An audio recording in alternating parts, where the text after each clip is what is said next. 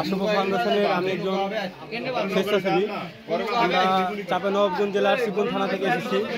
এই জায়গাটার নাম হচ্ছে যে কুমিল্লা মনোহরগঞ্জ থানা নাকি। আমরা শিবগঞ্জ থানার মানুষের দেওয়া উপহার নিয়ে এই জায়গাতে প্রাণ দিতে এসেছি।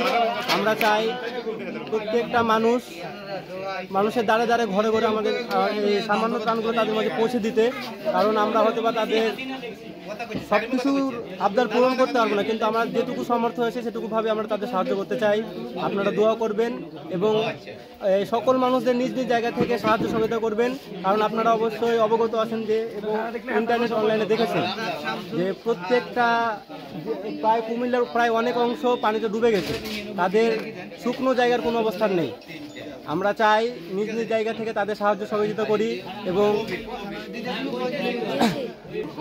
আপনারা সবাই মানুষকে কাজ করার থেকে উৎসাহিত করুন।